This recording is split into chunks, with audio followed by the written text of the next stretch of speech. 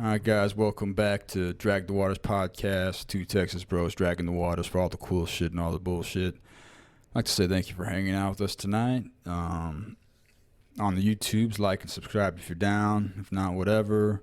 If you'd like to hear us talk about something because we love the sounds of our own voices, give us a comment below. We'd love to take you up on your topics if they don't suck, which they probably don't. Or we might razz you for them, it's whatever. If you'd like to support, you can join us at dragthewaters.locals.com. $5. You can come in and participate. We don't have any content there yet, so only do that if you really want to support. Unfortunately, we don't have the content yet, but we got plans on making some good stuff. All the hot takes probably be put up there.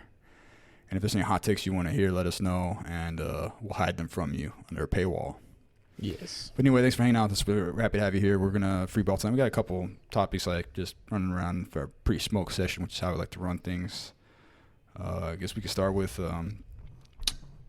were just talking about bitches, which is fun, but we don't have to go there. We're also talking about, listen to Joe Rogan's interview with Eric. Oh yeah, and by the way, I'm AJ, Freighter AJ, Aaron James. Yo, this is Lurker Mario. Lurker Mario. Welcome back. Anarcho-sorcerer, blah, blah, blah, blah, blah. Listen to Joe Rogan's podcast with Eric Weinstein, who's a guy I used to not like. Now I do like him, even though I don't agree with a lot of his stuff. He's one of those intellectuals that I think is dangerous because he's got like good ideas, and then he's got his programming that like wigs me out. But he got into a debate with over subjectivity and objectivity. See, I didn't watch this argument, so you're gonna have to fill me in, and then we can talk about it. I mean, you know the two words. You know what they mean. Mm-hmm. I know what they mean, what they're supposed to mean. And Eric Weinstein talked. I think they both believe in objectivity and subjectivity. Not that Weinstein was arguing more about objectivity, objective truth, mm-hmm. which, from what I've read, I read D.H. Thorne, who's a sorcerer. Well, he's a biologist as well, right? No. Eric is a mathematician and an economist. All right. I don't know. He runs Peter Thiel's hedge fund or whatever. All right. Or Thiel Capital. Wait, I thought Eric was the biologist and Brett. No, that's Brett. Okay. Brett's the biologist and the one that got evergreened. Yeah, evergreened for sure. Gotcha. And they're both cool, except that they claim that the progressive, which I get it. Everyone wants to be progressive in a way. Like, it sounds good. Mm-hmm. Like, I want to be a good person. I want humanity to progress. And then you're like, you're going to try to force a tree to grow faster by teaching it, critical race theory. And that's not how it works. Mm-hmm. You got to put the environment. But back to the objective-subjective thing, I believe, as of right now, that there's only subjective truth. Except maybe in mathematics, is what I hedged earlier. Mm-hmm. So do you have anything to say otherwise? Like, if there is and the only reason I say that there's only subjective truth is because everything we experience is through our own subjective experience. Right. I can't experience anything as someone else, except maybe for those people who experience enlightenment. But there's no, even when you come back, you still got to talk about it subjectively. Right. Like, me and you might both see the color red, but based on our neurological setup, like, shades of red might be different from person to person, kind of thing. Is that what we're talking about? Yeah, kind of how we experience it. If we want to say objectively this is red, we can objectively say, like, this is the frequency of this shade of light, mm-hmm. or whatever. So that might be the only way to make it objective is with, like, numbers. Mm-hmm. But, like, music and everything else, morality or just anything, it's got to be subjective. Like, what objective truth is there? Except for maybe, like, inevitable things like we're going to die or organisms die. Okay. That might be considered objective truth. Oh, I think, and sorry to all those Ayn Rand people out there, because I think one of her basis of objective, like, because she wrote a whole philosophy called objectivism. Objectivism. Yeah. And it's like, objectively, let's say me and you are both working on a line, right? I can design, someone can design a line that is objectively more streamlined, like assembly line. Yeah. And like can produce things faster, more efficiently. So that's objective truth. Yeah, it's all based off output, which goes back to like numbers, I guess. Mm-hmm. And maybe even subjective experience of the line. But I mean, when I think of subjectivity, I think about how people interpret music, you know. Yeah, taste. Yeah. Stuff like that, art. But I definitely think that there's objective truth. Absolutely. I mean, I don't know how else to describe it other than like, you know, I guess if you're bringing it to numbers, you can objectively do things better with space, you know, if you organize it well.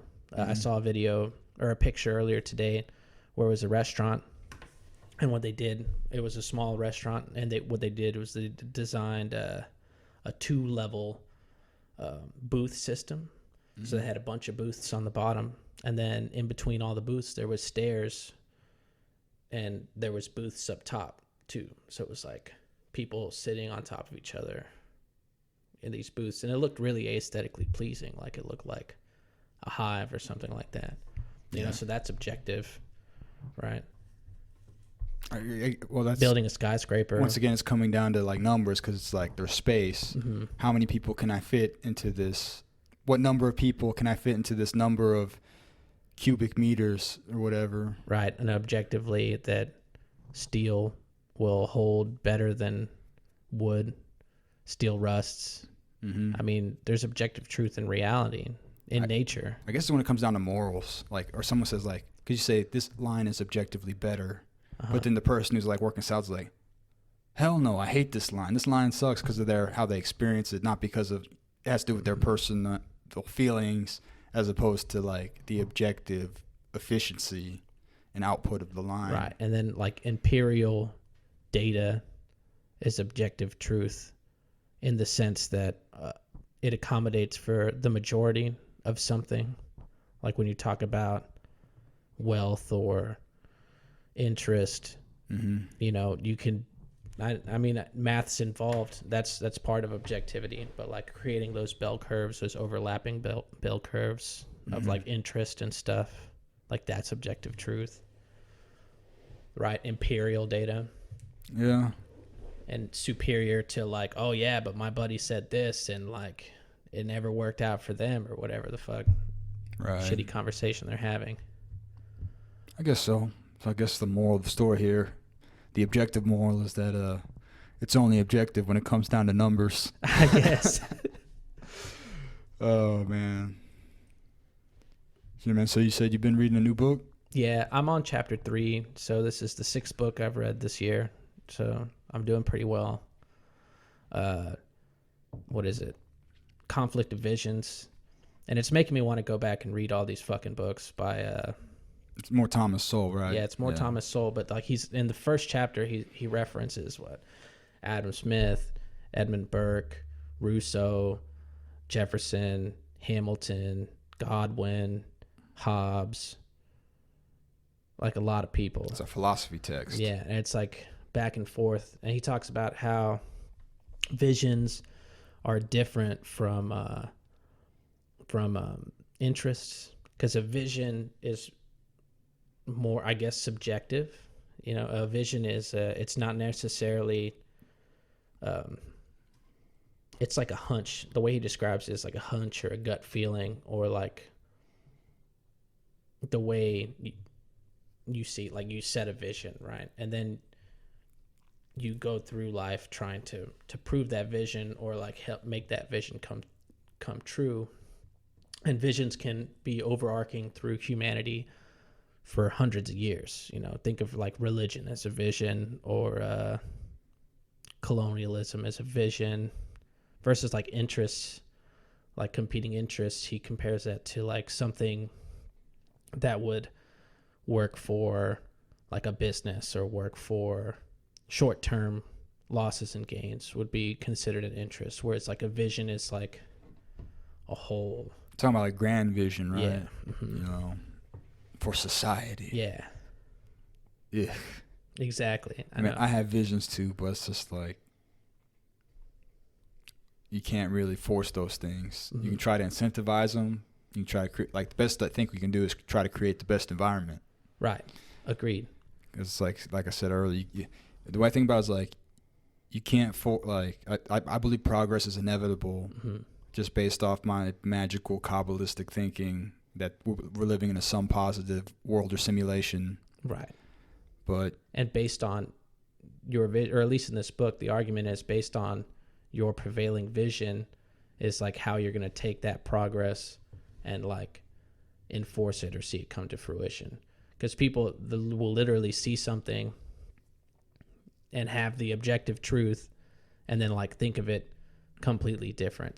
Kind of similar to what's going on or what went on this past election, where like people say they're living in different realities. Oh yeah, definitely. Because they have like different views on how the world should work.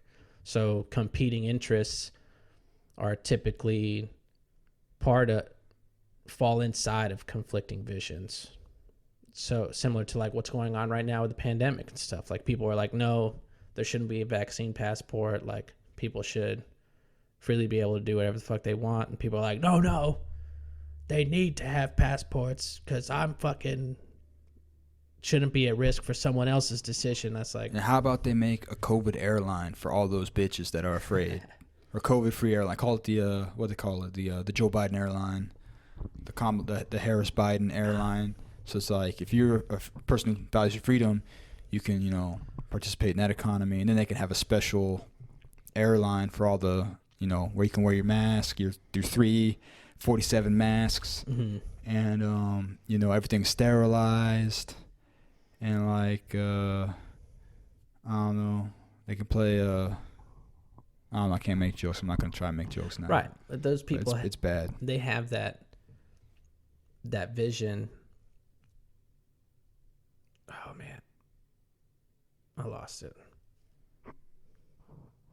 Well, I understand what you're saying, like the election, there's two different realities, because your reality is dictated by Your reality is based off your worldview, mm-hmm. which is subjective, and most people's worldview is based off of, especially in the modern age, is based off of media. Mm-hmm. So if you're reading the news or watching the news, watching CNN, and they're saying cops are killing black people maliciously, mm-hmm.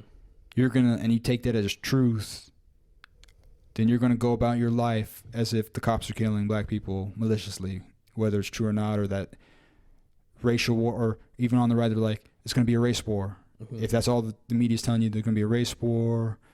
Donald Trump, Joe Biden swap faces, or Obama's running the shadow government behind Joe Biden. Mm-hmm. That's the reality you're living in, and I don't want to be in that reality, so I don't participate in it. Mm-hmm.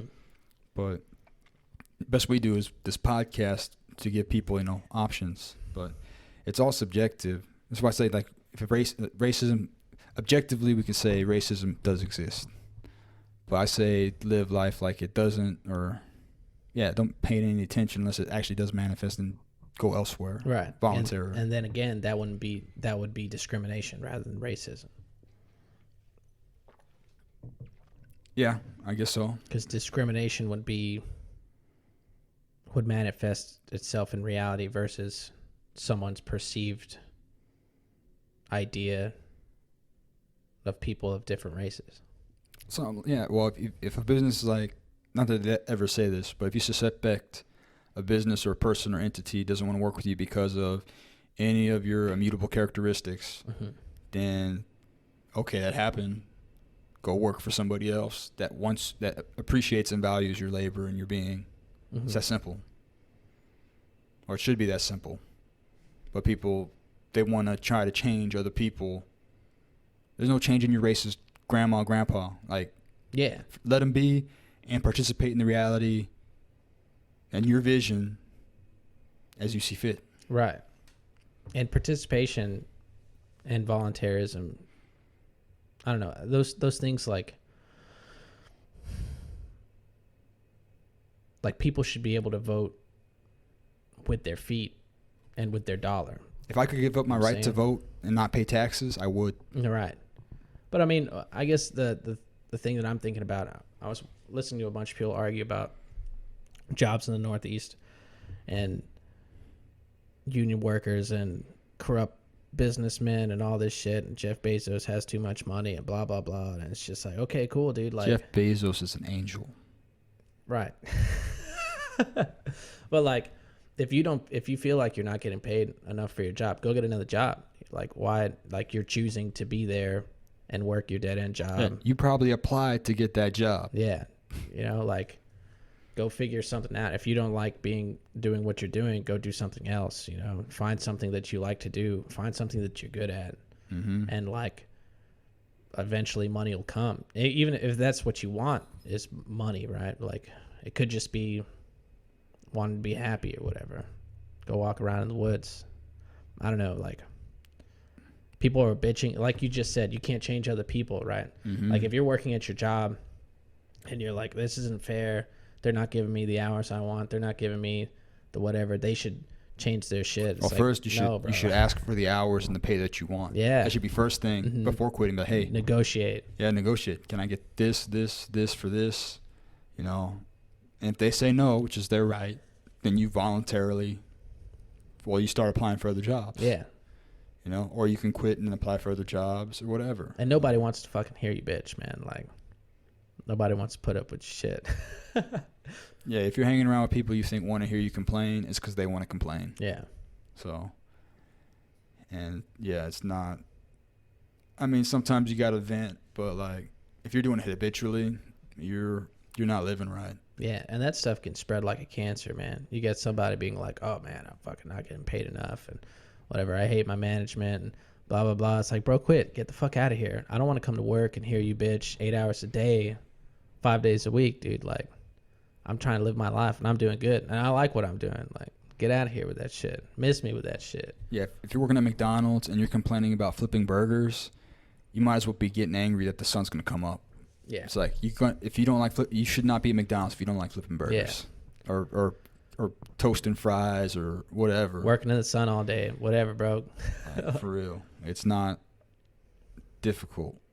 And if you're in a situation where money's tight or whatever, you can organize your life in a more beneficial manner. Mm-hmm. You can go back and live at home with your family, if that is an option. Some people don't have that. But if you don't have that option, it's not an option. But if it is an option, go live at home if you can negotiate for it. Live with your family, do whatever, do some chores, pay rent, whatever. Save some money so you can go get another job, maybe a lower paying job in the field you want to start developing your skill set. Yeah. Or work multiple jobs. Or there's so many like internet jobs out there and like gig work. You can go drive Uber or whatever. If you have a vehicle, you can step by step. You can be creative and productive. Yeah, especially in the first world, man. You get so much opportunity here in the States. Yeah, most of my advice goes to the people living in America. And of course, and then more biased because we're in Central Texas, where things are really great. Yeah, man. God bless Texas. All the places that might be just as good, maybe be like Florida or Colorado, right? Or Utah, maybe. I don't know. Arizona. The places I saw blowing up the last couple of years was Montana, Utah, Colorado, Texas, and Florida, and I think North or South Dakota. One of them. There's a lot of work up in North Dakota. Yeah, I think it's North Dakota, but one of the Dakotas is it's actually has like the highest per capita income in the country, and it's like. It's oil. Is it oil? Doing really good. I don't know. Or fracking. Just like the shit that they got going, like they have the most growth as a state, whereas we have the most growth in the region between Austin and San Antonio. I heard that I've heard from years ago that we were like the fastest growing place in the Western Hemisphere. Yeah, still for like decades now. So get some property and hold on. Yeah, and sell. Hodl, bro. Hodl. Yeah, we're gonna be the next megapolis. So. New York, L.A. And it's going to be great until the blue people run it into the ground in 50 years. Yeah, dude. There was a post I saw earlier today where it was a news article that I think it was Vancouver. It was either Vancouver, Washington, or Vancouver, Canada. They were going to build stairs to a park for the elderly. And through all the red tape and bureaucracy and shit, they estimated it was going to cost $65,000. And then some dude built a stairs for $550, and then the city came and destroyed it. Yeah, this is why we can't have nice things, because of the government. Yeah, I think later they they redid the stairs and it cost $10,000. But like having to get all the permits and the zoning restrictions and all the shit, like the red tape is what fucks it all up. I didn't even know this until like a couple days ago, but MLB has protections. Baseball? Yeah, Major League Baseball has antitrust protections, so that they can have the monopoly for baseball or some shit like that. Yeah. Have you read in Thomas Sowell that the only monopolies that exist are the ones that are backed by the government? Yeah. Without government, you can't have monopolies. That's pretty much, monopolies and cartels. Yeah. Yeah, I was listening to... Well, government, cartel, same thing. Yeah, no, right. I think it was Rothbard. Yeah. He was talking about how cartels end up not working because production gets slowed. So, like, to where people don't make a profit after a certain amount of years because they have to control production to limit the price because they can't compete with their friends. So a cartel happens when, like, let's say there's a couple of companies that have the control over something, right? Like widgets, right? Whatever the fucking generic thing is. And then we're like, okay, well, we go to the country club and we're like, oh, well, we own all the widgets, so we're going to raise prices or whatever. Mm-hmm. And then... collusion. Yeah, and then over the course of a few years, it ends up not making money anymore because production is the same, or it's like limited. And then so somebody starts to sell like an alternative in secrecy, widget alternatives, black market widgets, to make money. And then the other cartel members find out, and then it ends up, so they start dropping their prices and the collusion is busted. Yeah, exactly. So like even those systems like end if you let the market go. Yeah. This is why, like, if you raise gas prices enough, like oil, gas, petroleum, petrol, as our English cousins across the sea call it. Oh yeah. People gonna start riding bikes. Yeah. Like they think like you have to buy gas, and it's not true. Like,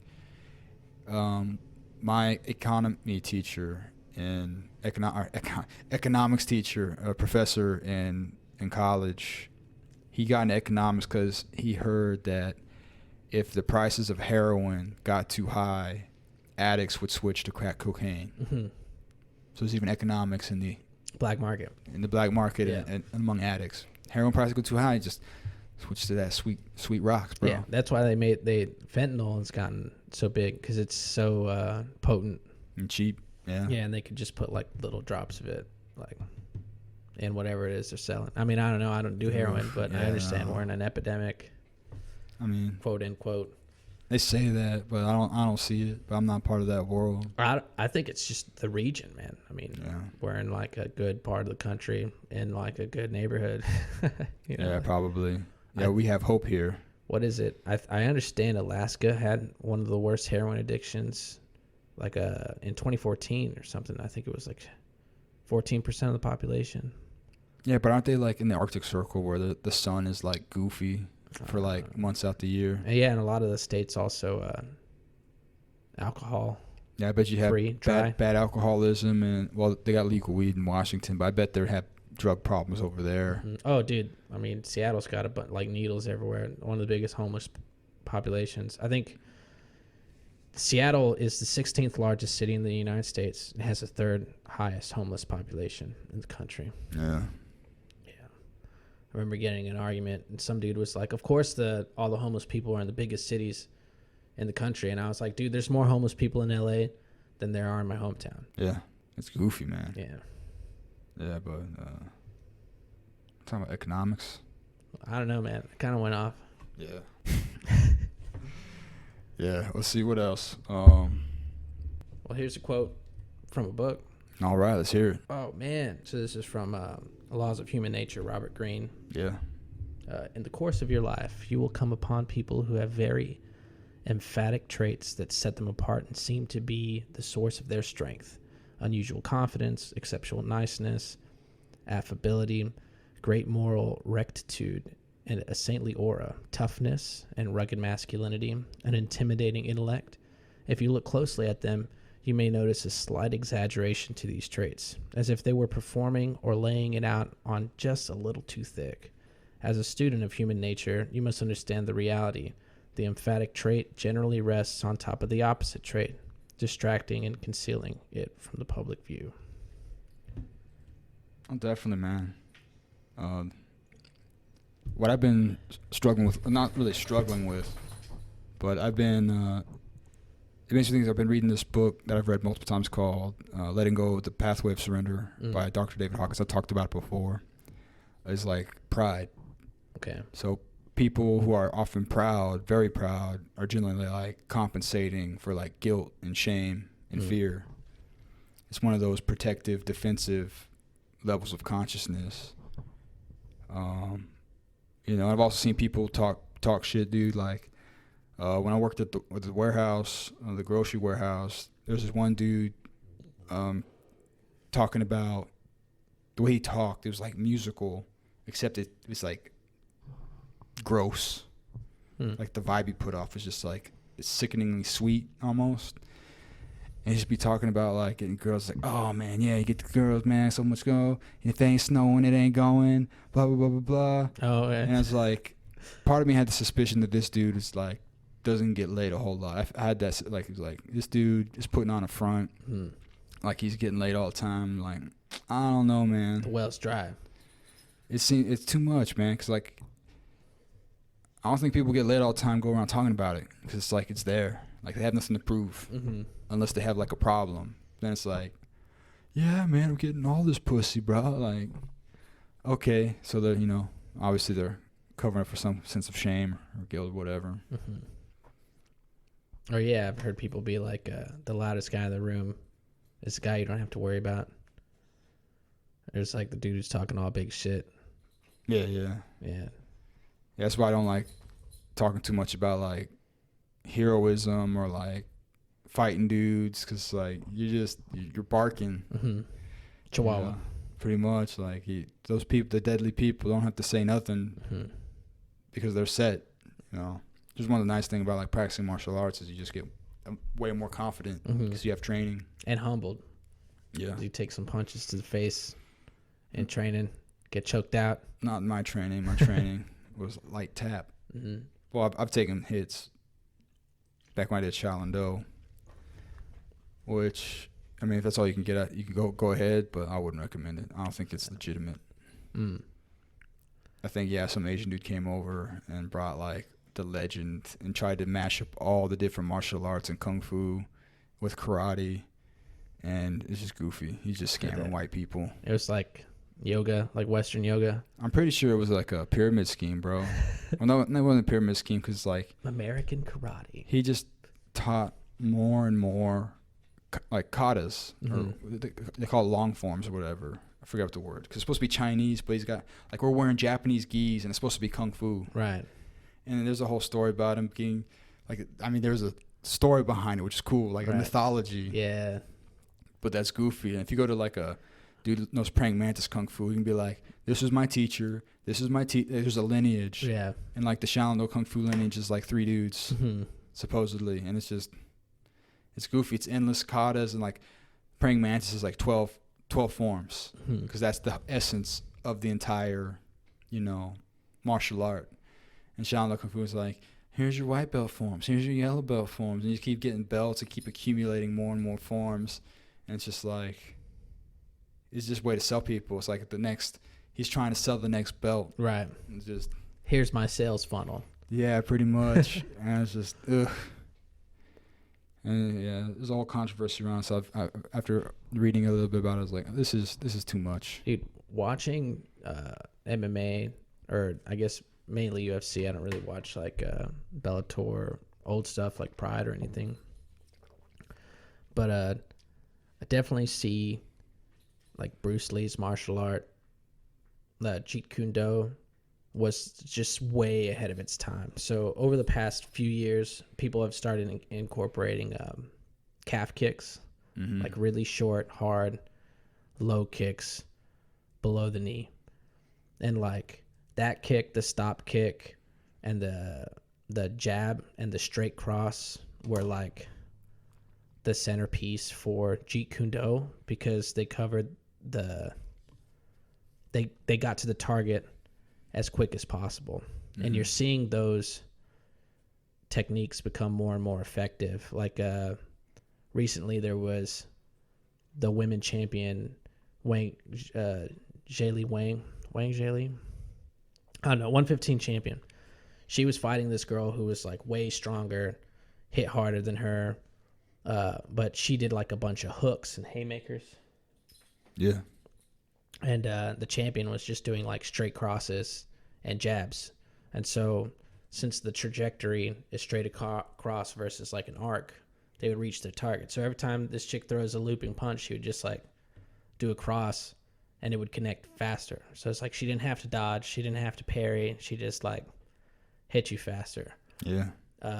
Conor McGregor just got his legs kicked out from underneath him a few months ago by Dustin Poirier. He like immobilized him with the calf kicks. Same thing happened to Sean O'Malley last year. Mm-hmm. Calf kicks. What's that nerve? I forget. Perennial nerve? I don't know. Parietal nerve? That didn't sound right. Parietal nerve? I don't fucking know. I don't know. Nerve behind close to the shin and the knee. Oh, she's all right. And then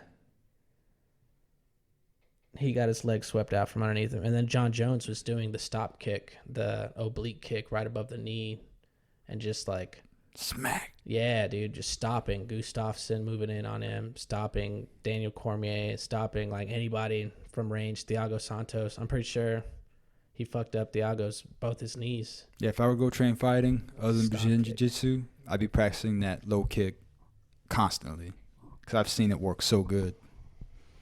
But I don't want to be a fighter because I don't want, traumatic brain injury. I suppose. I mean, they say the worst brain injury is from NFL and then boxing. Even more so than just straight boxing? Mm-hmm. Yeah, well, I don't want to play football either, man. Heard that. Some things like I want to find me, because I do want to play sport. That's one thing I got on my list of things that I want to do, because I'm actually competitive when I'm on the field. Like, I want to win. I want to go. Mm-hmm. I got all this energy. And, but I want to do something that's not going to, like, mess up my head too much. Heard that. Because I want to protect, the important stuff. Well, you're tall. Why don't you play basketball? I could. But I'm just too racist for that, bro. That's funny. No, not really. I'm not racist. Well, Robin DeAndre would say I'm racist. Yeah. Because, I'm but white. she's racist. Guilty. She says it like in every book that she writes and like every speech that she does. I don't know. Maybe that's what the Ku Klux Klan needs to come out and be like, yes, we're racist. We are all racist. And they should write books about it and have seminars. Boom. Sell it to guilty people. Oh, man, it's terrible. It's terrible. Yeah, it's totally a religion. But. Well, and I think that's also objectivism versus subjectivism. It's like all this woke bullshit puts emphasis on subjective reality versus objective reality. Yeah, because they anything that can be objective, closest to objectivity, which is like logic, math, metrics, anything that can be used as evidence against them, they just call, white supremacist. Right. It's fucking stupid. Mm-hmm. It's like, well, maybe if you want to win in life, you should become white supremacist, whatever. Of course, that's not even a real thing because they're ripping apart the language. Mm-hmm. So they've deconstructed the meaning. So they're just sowing chaos. Yeah, and that's an easy way to understand. It's a very Jordan Peterson thought. It's an easy way to understand how weak their argument is that they have to come up with like new terminology or change definitions of words to like fit their pathology rather than like arguing. Like MLK wasn't enough, like they even say that. They say the civil rights movement moved towards equality is inequitable, so that it's fundamentally like a flawed system and we need to discriminate now. Equity is impossible. Yeah. Nature's inequitable. It's impossible. It's because unless we achieve unity, singularity, and merge back with the Godhead. Right. But then it's over, and there is nothing. Mm-hmm. We're going to fade back into the void or have the next Big Bang, and then we're going to be talking about inequity again. Right. Yeah, my favorite thing is like talking about beauty. Like, it's so easy to see how inequity would never exist. Just look at Instagram models and see all the people that have like giant Instagram followings and see all the people, Big butts. yeah, and that have like that became influencers. What is it for women? It's like super attractive women, and for men, it's like balling out of control men that are like super successful. So it's like beautiful and success. Those are the people that. Oh, you're talking about like Kicking ass on the Instagram. ideals of masculinity and femininity. Yeah. Oh, Success man. and beauty. Yeah. Oh my God. It's crazy. Like that's how like if you wanted equity, what are you gonna do? You're gonna fucking give plastic surgery to ugly people and fucking maim beautiful people. You're gonna cut tall people's legs and give short people fucking leg extensions. Like it's just not possible, dude. Yeah, it's stupid, man. You're gonna make smart people. You're gonna dumb them down. You're gonna put brain inhibitors in them so that they can't think more than the average person.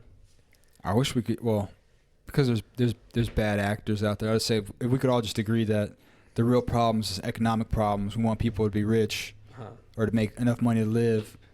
Then we should just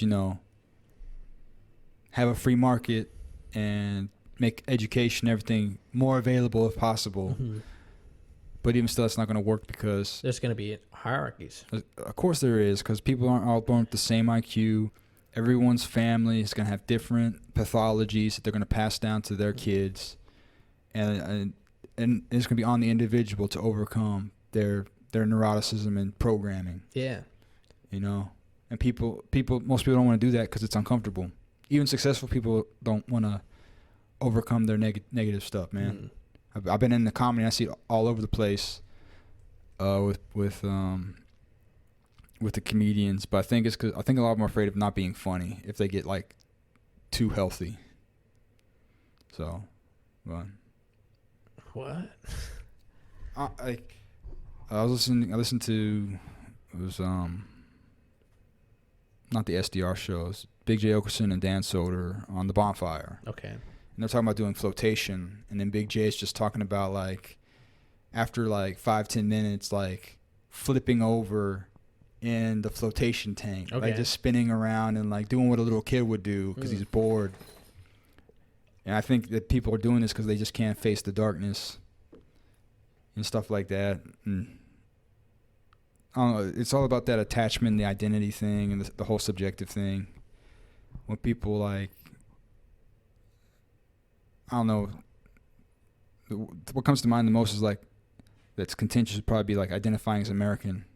Okay. Or like a lot of people identify with the government and stuff, or even their political party. Mm-hmm. I am this, and because of like confirmation bias and the consistency bias, they generally act in line with their self-concept. There's a book out there called, it's by Dr. Maxwell, something, I forget, Psychocybernetics. Okay. And basically, it's all about visualization and changing your self-image because you are subconsciously going to act in alignment with your self-image. So this is why people who are like hardcore Democrats, like whatever their team does is good, Right.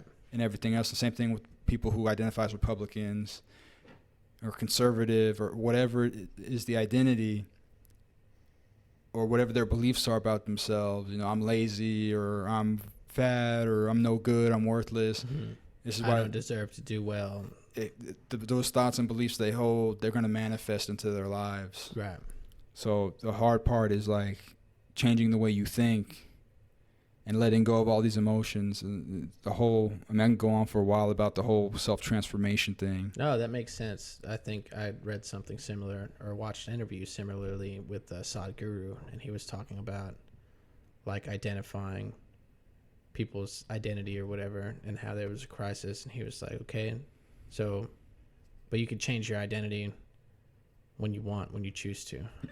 Mm-hmm. Be like, okay, I identify as American, but if I move to New Zealand and I really like it there, maybe I identify as a New Zealander or whatever, or I identify as a Texan, identify as a Christian or a Jew or Muslim, whatever, right? Yeah. Well, I guess some of that stuff's going to be stronger held beliefs than others. Yeah, I mean, we have certain immutable Cultural characteristics, but you gotta. A lot of stuff is put onto you and socialized into you, and then it's up to you to like, do I want to hang on to this or let go of it? And once you decide to like change, it's probably gonna take time to like rewire your brain. Even though there are instances of like radical transformations, like with a breaking point or something traumatic, stuff like that. But yeah, the whole. I'm American, so I got to go vote and participate in the government. I'm just like, you don't have to. I mean, America's great. I do love American, but I'm not attached to the government anymore. The government is not me, and all that stuff. But like these self-concepts and these identities, and the way I see it is these are tools and toys. So I would call myself anarchist, occultist, or anarcho-sorcerer. I take on these labels, but I'm not attached to them. I'm just like, these are the ideas I'm playing with the most. So when I was conservative, I'm like, I'm not like QAnon conservative or even attached to everything. I'm not a Christian conservative. It's like, what is it that you're conserving to? And I'm not even conservative. I'm like probably close to a libertarian or an anarchist. These are old school libertarian. Modern libertarian is like an abomination. The Beltway. Through definition. I don't even know all the labels. Paleo conservative, like it's too much. If I'm gonna learn fiddly stuff, I'm gonna go play video games and nerd out on that kind of stuff, and flip out over that or spirituality and get into all of that. But so my identity is just a thing for me to try to shape my own reality. So of course sometimes it's hard to do that because like start saying I am a king. But every time you say that, like all your negative BS starts to come up. It's like, oh yeah, king. So, but that's the whole point is when you start trying to become a better person, and better is used loosely here, trying to better your life, and those things come up. That's the opportunity to like release that old programming, and not give into it. Of course, you might relapse, but that's part of the process. It's like when you first learn to play guitar, and you're into it for like a week. And then you put it away for 2 months, and then you pick it up for like a month. Right. And then you slowly get more into it, and eventually you get like a practice. And because some people can just go hard on it for 6 months and come out really good, but the process is different for everybody. And that's subjective. It's all subjective, man. That's the whole thing, except for mathematics and all that stuff. But the objective stuff is not.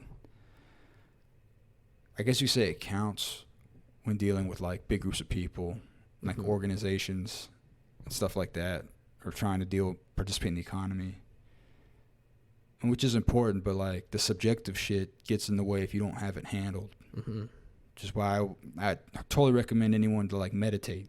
Right. It's the number one thing you can do: meditate, expand your worldview. You can practice magic. You can take psychedelics. You can travel and go see other cultures to just open your perspective up a little bit. But if you go travel, you can't be like a dickhead American and be like, oh, this kind of sucks, blah, blah, blah, blah, blah. Like you're on a vacation. Be grateful. If you're trying to open your perspective and open your mind, you're not traveling to like vacation and drink on the beach. You're traveling to experience other stuff. Or you can read a book. Reading will expand your awareness if you read the right stuff. So, but you don't have to be limited by your past or your old self-concepts. There are certain things that aren't going to change, those Saturnian things about you, but like a lot of stuff's on the table to be given up. There's lots of doors open, and they're opening and closing all the time. You just got to choose to look in that direction and walk through or not. I don't know, man. There's like, when I look at subjectivism or subjectivity, whatever, like identity is a good example. Like I think the whole gender identity thing is the whole argument's just using the wrong words, because people are getting attached to the word gender rather than the word identity. Yeah. Right. So it's like, okay, people identify with their feminine traits, or their masculine traits or whatever, cool. Or to the term man or woman. Yeah, it's like none of that matters, right? Like no one fucking cares. Like no one cares what your sexual preference is. No one cares what your, I mean, except for maybe your partner, right? Like no one cares what your kinks are, or stuff like that. I mean, most of the time, like unless it's in conflict with someone else's, which is why I guess people care about politics a lot, right? Because they have different views on how the country should be ran. But like a lot of that shit is just like personal shit. Like I don't fucking care. You know, like Yeah. These days the thought always come to mind is you do you, boo. yeah, dude, like you're not special. Like I don't even know who the fuck you are. Like whatever, you know.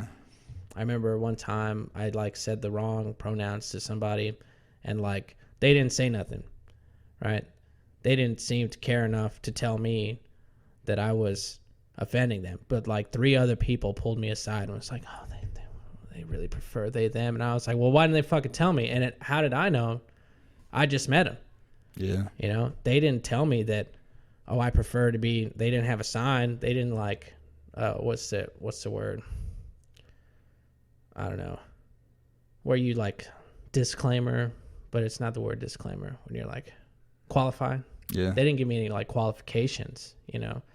And then to put it to Jordan Peterson's thing, it was like, okay, well, you don't respect them enough to give them that thing. It's like, well, what if I don't fucking respect them? You know, like Right. did they earn that? Like, Mm-hmm. I don't know, man. I just think it's weird. Like when people try to use other people as leverage when they themselves have no power. Yeah, that person who came up to you, they weren't really, there's probably a very small percentage of, they were more concerned with their ally identity Right. than with like actually helping someone. You offended them. Mm-hmm.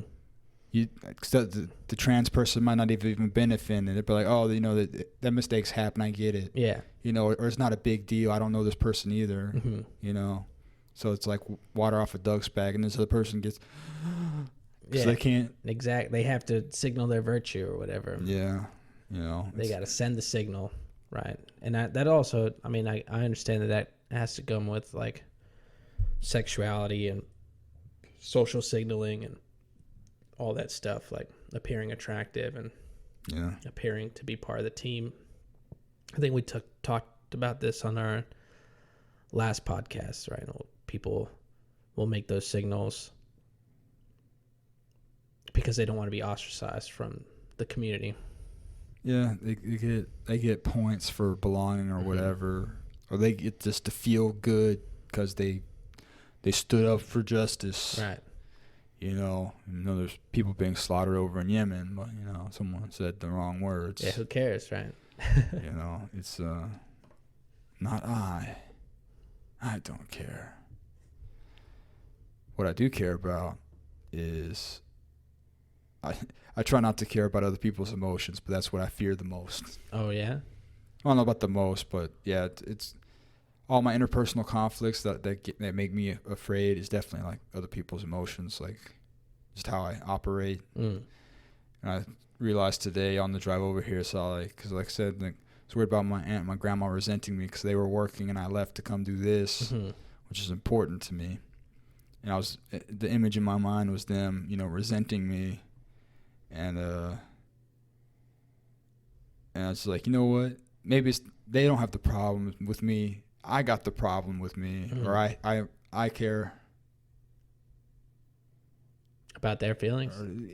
In a way, yeah. It's more about I care about how I appear and it's more important about what I think about me than what they think about me. So the thoughts that I'm projecting onto them are really my own thoughts. Mm-hmm. So it's like, oh, I think that they all think I'm a piece of shit. It's probably me thinking I'm a piece of shit. Right. You know, and I got to reconcile with that. Because if you didn't think you're a piece of shit, why would you care about what other people think? Mm-hmm. You know, otherwise there'd be no hook for something to grab onto emotionally. So all these people project, bro. Mad racist, Nazi, like, maybe you should do a little internal work there, bub. Yeah, and we've talked about this too. I mean, every time you bring up meditation and like trying to expand your awareness, like people are afraid of themselves. Like they don't want to be in a room alone with themselves for 10 minutes. Like, they'd rather scroll or watch shitty reality TV to make them feel better about themselves. It's like, oh man, at least I'm not as bad as these fucking people. You know what I'm saying? Like, well, that's what they tell themselves while they're distracted. mm-hmm. But if they spend just a little bit of time every day to face that darkness, it changes. Because you can only you can't put out the darkness by cursing it. Mm-hmm. You light a candle, and the light immediately banishes the darkness, and that's your consciousness. So Oh. you just look at it. Need a lot more candles. Well, yeah, I read as an Irish proverb. Yeah, it's better to light a penny candle than to curse the darkness. Okay. So, well, I know for me, as soon as I start like sitting down and thinking about stuff, I get more productive. yeah, Like right off the bat, I'm just like, oh shit, I gotta go do this. I gotta do this. mm-hmm. And it also takes action too, because you could just sit there and think about all the shit that you're not gonna do, and then call yourself like a lazy piece of shit or whatever, and then just like sit in it more while the days go by. You know what I'm saying? Yeah. Like, so I guess you gotta light that fire inside yourself too. Yeah, it's just that lazy piece of shit thing is it's a manifestation of guilt. Because it's like, I'm not doing what I'm supposed to be doing. And so instead of doing something, you're sitting there having a pity party. Right. With yourself. Manifesting the lazy piece of shit. So it's like these things, they manifest. Whatever you want. If you're guilty, you're going to manifest punishment. And it's self-punishment. Because it's like, that's what guilt is. It's like, I've done something bad. I need to be punished.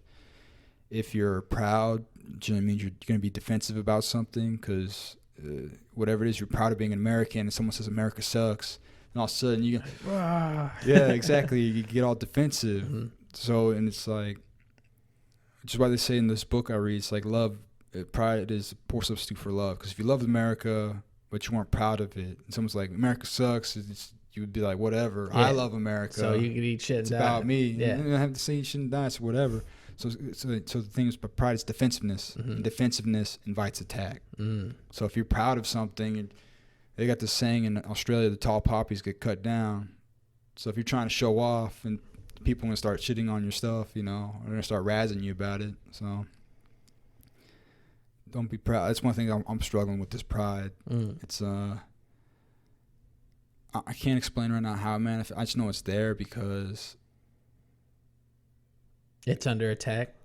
Generally, yeah, definitely. Oh, yeah. Or I have those simulations where I'm like, I feel like I'm too good to do something, or I don't want to do stuff, because I think I might. It has to do with like being better than. Is what pride is. Like, I'm better than this. I'm better than that. Which is why people watch the stupid shows and whatever, participate in leftism. But for me, that pride is covering over. It's generally, it's always covering up guilt and shame. Like, all the negative emotional states have guilt underneath, and then a lot of fear. Mm. So that's one thing I've been trying to dig into, is these old fears and that spiritual cracking in my root chakra that I was talking about the other day. Oh, yeah. So cool visualization. Way more insane when you feel it inside of you. Manifestation. Yeah. But like when I think about it, because I'm thinking about what I need to do to get my life on track, is probably maybe getting a job. If not, I really don't. Well, I wouldn't mind having a job with the right people. Mm-hmm.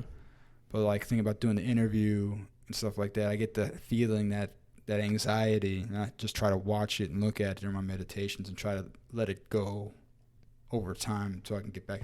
Because I can feel myself slipping back into old programs. Doesn't that conflict with your, what is it, generator?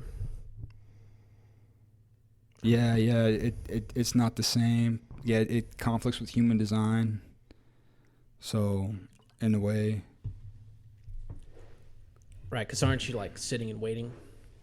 Well, yeah, I mean, you're not sitting and waiting. You just respond. It's the best thing. So live your life, and then when an opportunity presents itself, you respond to it, and it's based off of whether the energy is available or not. Okay. So it's either if it's like you get a text message from one of your friends like, hey, you want to hang out?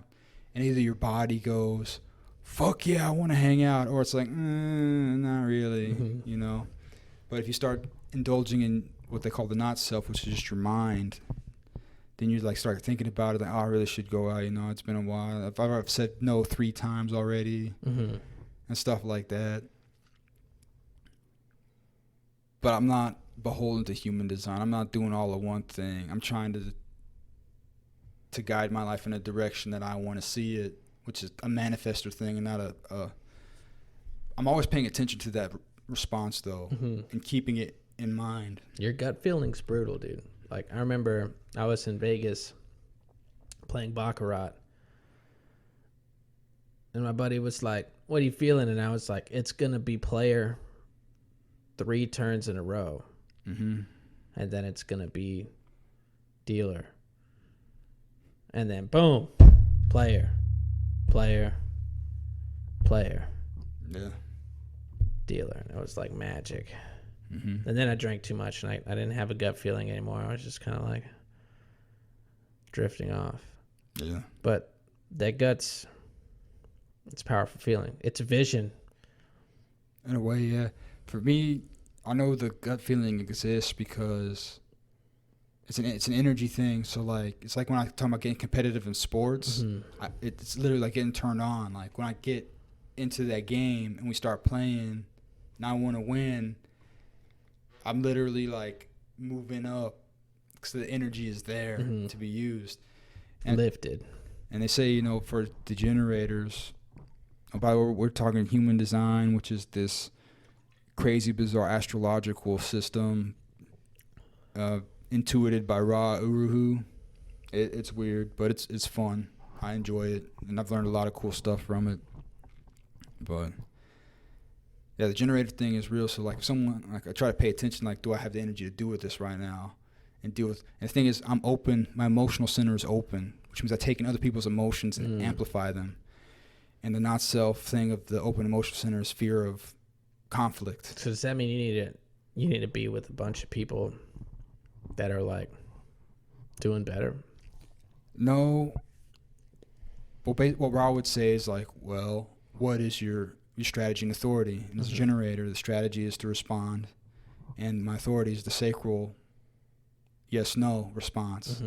So it's like, how do you know who to hang out with? Is this going to be fuck yeah or no? Right. So and basically, what your form will do is, if you follow the strategy and authority, you're going to be around the right, because conditioning is unavoidable. So if you follow your strategy and authority, your form is going to find the right conditioning for you in your life. They call that living correctly. All right. So, what, you got more questions about human design? We got a couple minutes to kill. No, I was just thinking about what you just said, and it made me go back to that Tim Dillon interview where he was talking about how, you know, how he hates, like, Gary Vanderbeek and Vaynerchuk and all these self-help gurus who are, like, out there telling everyone to go and get it. And he's like, you know, a lot of people just can't go out there and get it. Like, a lot of people are going to be miserable for their whole life. Yeah. Yeah, man. It sucks because they don't have, most people don't have to be miserable, but they identify and attach to the illusion. Yeah. And we bring this up every time. I feel like it's the perspective, man. It's the getting attached to that scarcity mindset when we're the most abundant, rich, and powerful society that's ever existed on this planet in the history of mankind, with the most opportunity and the most room to grow. Yeah. Like, you've got people here that come here with nothing and are, like, billionaires. Just thinking about Elon Musk, you know, South African immigrant, or what is it? Dwayne Johnson. Dwayne Johnson said when he didn't get drafted in the NFL, he went and played in the Canadian leagues. Yeah, and then when he was in debt when he came out of Canada. He said when he came back to the States, he had $11 in his pocket. Now he's fucking millionaire, one of the most influential people in the Western Hemisphere, you know, if not the world or whatever. Yeah. You know, same thing with Kevin Hart. Grew up poor, big family, lots of struggle, several divorces, bunch of people telling him he's never going to do anything. He's not funny. Millionaire, success story, actor, whatever. You know, like, same thing, Oprah Winfrey. Same thing, Jeff Bezos. Yeah. That's like one of my favorite things to look at sometimes. Is like Jeff Bezos sitting in a fucking like storage room closet with Amazon renting on a fucking piece of cloth hanging on the wall or whatever. Mm-hmm. One employee, he's just like bald and spending his life surrounded in papers or whatever. Now he's the second richest man on the planet. Yeah. You know, people are gonna do it, or they're gonna like succumb to everyone telling them that they're a failure and they're gonna fail their whole life, and why are you even trying? Blah blah blah. And that also comes down to resentment too. Jordan Peterson talks about this. It's gonna open up those demons that are in your household, those demons that are in your friend zone or whatever. Like all these people that like they're not getting anywhere, so they're gonna tell you that you can't get anywhere to make themselves feel good about it. You know? Yeah. Yeah, man. Start a new era. It's my birthday the other day. I'm feeling good, bro. Feeling good. You know, 7 years ago, life wasn't doing so hot. And like now, man, doing good. Hell yeah. You know, like I already achieved one of my life goals, which was to have a family, have some land, you know, have a kid. So like, boom, I'm already successful. All right, now nobody could tell me that I'm not successful because like one of my life goals has been achieved. It's like level up. I don't know if y'all play Sims. I think they used to have achievements where you could set your dude to have life goals and then get like buffs when they reached one, you know? Mm-hmm. Like I'm already doing good. I got this podcast. Hell yeah. Bro, like when we started this podcast, like we talked about it for so long, guys. Like I don't know. And then like finally doing it feels so good. Yeah. Feels so good. Just still going up, you know. And like I don't buy the leftist woke minorities are held back narrative, because it is all decisions, man. I got family that are like dead or in prison from like doing gang shit, and I got family that are like doctors and millionaire entrepreneurs and shit. Like, same here. you know, like you're gonna do what you're gonna do, and some people they get a better hand. You know, like one of the best things my parents ever did was move out of the valley. Like that was such a good move, you know. But it wasn't, you know, other family members stayed in the valley and are doing better than me, you know. So I don't know. Well, man, we're over the hour now, so if you want to close us out, take it away. Yeah, man. I've been AJ, Aaron James, Anarcho Sorcerer, man. Had to hang out with y'all. Yeah, Mario. Glad to have y'all guys every week, man. And you know, hopefully here soon we'll be doing more than one a week. Be joining us on the dragthewaters.locals.com.